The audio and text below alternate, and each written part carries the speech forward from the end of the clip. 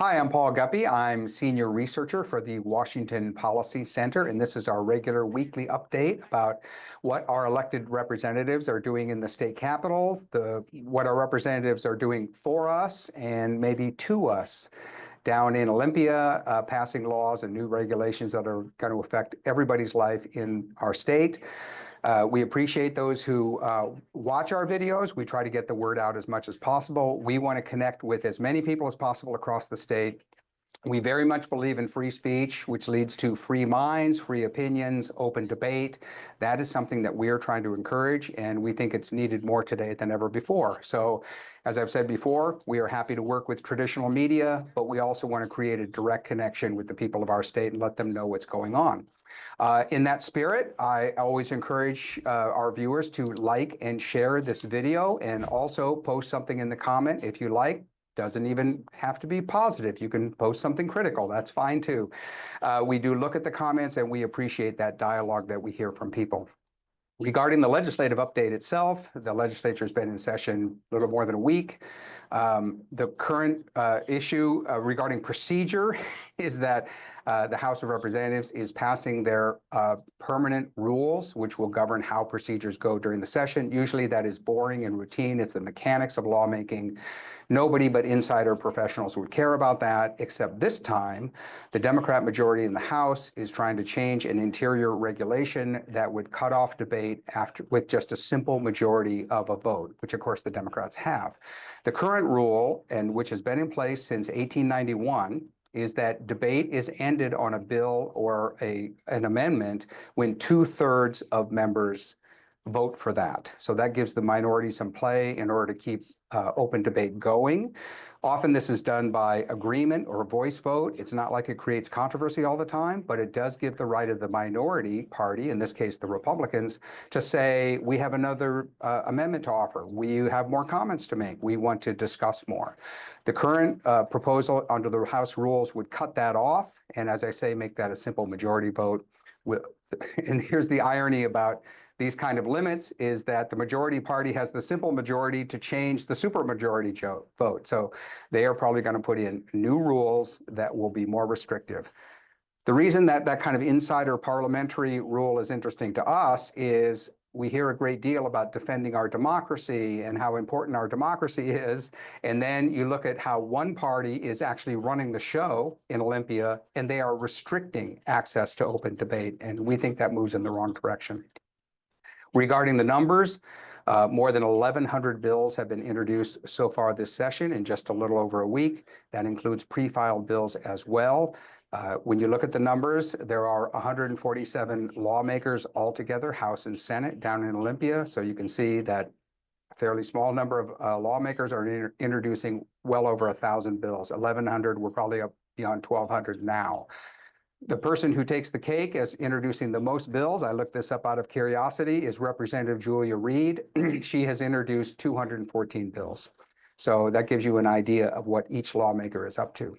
Regarding topics themselves, and I have 5 issues that I'm going to run through today. The first one is a bill, HB 5136, that has been introduced by 3 Republican lawmakers. And the reason I focused on this is because this bill is about a very simple idea that seems like it would be obvious and which the government shouldn't really have anything to do with. And that is, it would require public schools to call a student by the student's given name.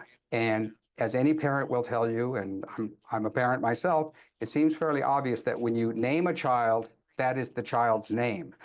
Often students have nicknames, they have other names with their friends, they choose their own names, which is kind of fun. But as far as an official relationship with the public school, it seems like your child should have the name that you've given it, at least as far as the records and the teachers and the faculty go. But it's surprising to me that that we're at a stage in our state where 3 lawmakers actually feel like this bill needs to be introduced. We'll see whether it goes anywhere, but what's important to us is the symbolic, what this indicates about the kind of problems that we're dealing with in public education and how many parents simply, they don't feel like they're supported. They don't feel like the school is working with them.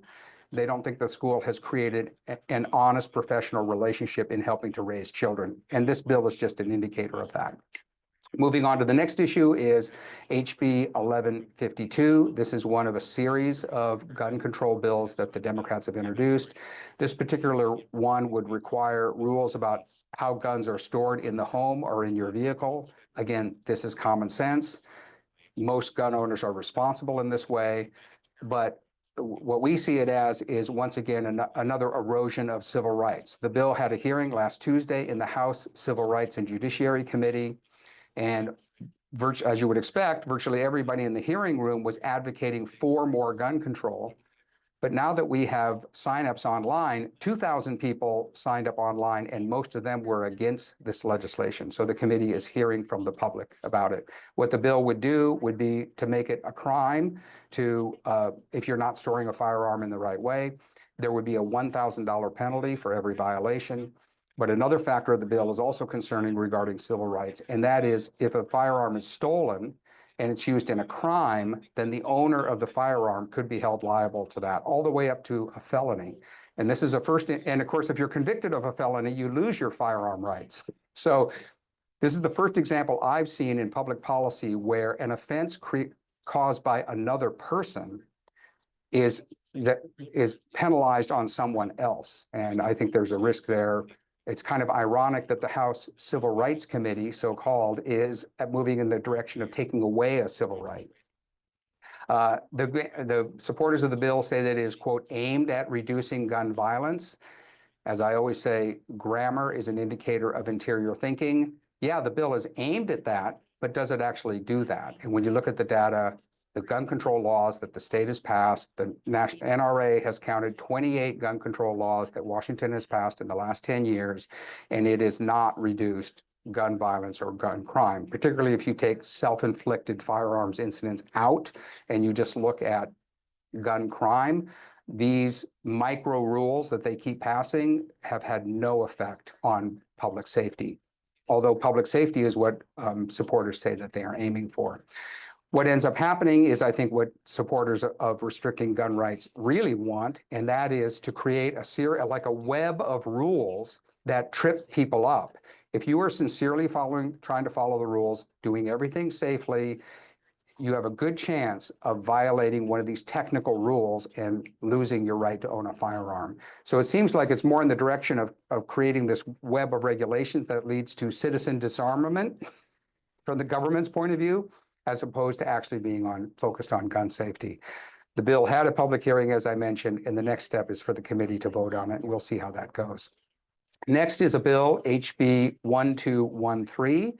This would impose a payroll tax on workers who work for small businesses of under 50 employees, and those workers would have to start paying the state's mandated family leave tax.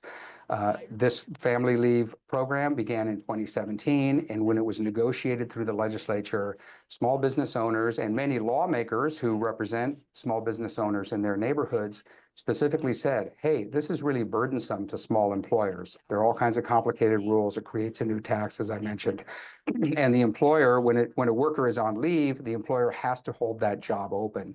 For large companies, that might not be such a problem, but for small businesses, it is. And this bill would take away that exemption and would impose the family leave tax on everyone. I did a quick count here with our personnel office. We're already paying 7 payroll taxes in Washington state and at the federal level added together, and this just adds to that. Also, this entitlement is not cheap. It has imposed a $5 billion tax burden on the people of our state since it was put in place, and that's cumulative since 2017. The lesson here, from our point of view, is when lawmakers say that they have crafted an exemption and negotiated a law that's going to pass, don't believe them. This was a huge deal when this law first passed. Promises were made that small employers would not be covered, and here we are today. They are going to be covered. So any kind of assurance ends up getting eroded over time, and that makes you think, well, were they ever sincere in the first place?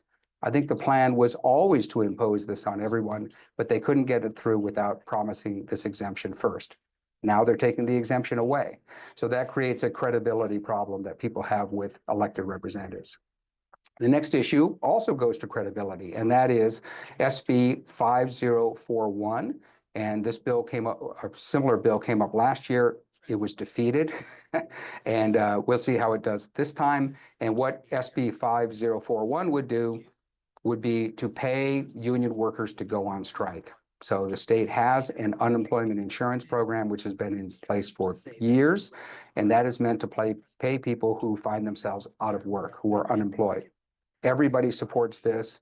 It's designed to cover misfortune that happens to people if you happen to be jobless for a period of time. It's meant to help workers get through a rough patch until they can find work again.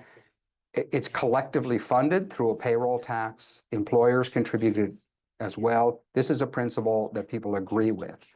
Now, unions are coming to the Democrats and saying, well, we would also like to be paid to go on strike. So the way it works is that after the second Sunday of a strike that's called, that's about 1 week, this bill would pay unemployment benefits to striking workers for up to 4 weeks. Elizabeth on our staff went back and did a little bit of math, and she looked at the Boeing strike from last year. 33,000 Boeing machinists went on strike. They went on strike for 7 weeks, and Elizabeth calculated how much that would cost, and it would have cost the state $30 million a week. So this is expensive. And as I mentioned before, okay, they're limiting it to 4 weeks. That exemption will be taken away probably in the future, and it will be extended. But the point is that it undermines trust in the unemployment insurance program. It's not actually insurance, it's an entitlement. But even so, it's designed to help people who are unemployed through no fault of their own go out, pay the bills until they can find a job. Changing it into a strike fund not only costs the state a lot of money, but it breaks the trust that this is now an incentive for unions to go on strike.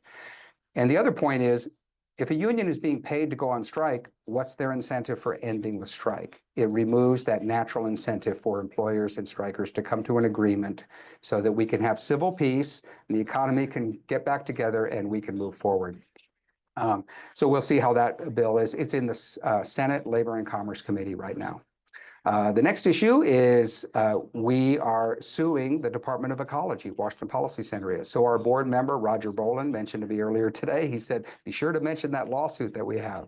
And a day or so ago, Washington Policy Center filed a lawsuit against the Department of Ecology for violating the carbon reduction law that requires the department to report how the state's carbon reduction program is working. Guess what the answer is? It's not working. So the department is required under a 2008 law to set targets and then report on how we're progressing towards those targets. Jay Inslee was all in favor of this program. He helped put it in place. It supported it. The department is supposed to provide carbon reduction data up until this year. The latest data available is only until 2021. That violates the law immediately right there. The department has said they will not have 2024 data that they're supposed to be up to until 2029. So they're already years behind. When lawmakers and we pressed the department about that, why aren't you following the law? Their answer was, well, compliance is complicated. We don't have the right data. It's very difficult. And it takes time to put this together. Well, no kidding. Okay, what do you think the rest of us have to live with?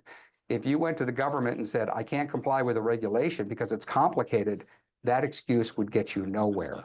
So we see two lessons here. One is the carbon reduction program that was vaunted. We're going to have these targets. We're going to save the planet. It's all about climate change. That is just not working at all. We are spending hundreds of millions of dollars on projects that are not achieving their goal. So that's wasting money. And it also goes against the idea that the state needs to raise taxes. They have plenty of money and they're wasting them on these other projects. But the second part is live by your own rules. The government passes complicated regulations on the rest of us all the time, expects full mandatory compliance. But when a state agency can't do it, they make all kinds of excuses. So we're simply filing this lawsuit in order to get them to live under the rules that they passed for the rest of us. That's the important principle that's at stake here. And lastly, I'll mention great events that we've had. Last week, we had our regular legislative session, reception rather, that we held in Olympia in the evening. We were one block from the Capitol building in a great location. We had really good attendance. And I think the reason that staff and lawmakers like to come to our events in Olympia is we are not a lobby organization. We are not there to hit them up for some agenda that we have or to raise money for campaigns. We are there simply to make good networking connections, to encourage bipartisan communication and debate, and to promote ideas that we think are good for the state. And this event had another benefit as well, and that is it was really a lot of fun. There were great conversations going on. People stayed after the event had supposedly ended, and it was nice to see people get together in that way. The next event we have is our regular Tuesday on the go session online at noon. That's next Tuesday. And then down the road, we're excited to host an open house at our Spokane office. So if you're in the Spokane area on February 6th, we are hosting an open house. Our office is downtown, and that starts at 5:30. So that's the wrap up on the issues that we're following, and I'll be back in the future with another update. Thanks a lot.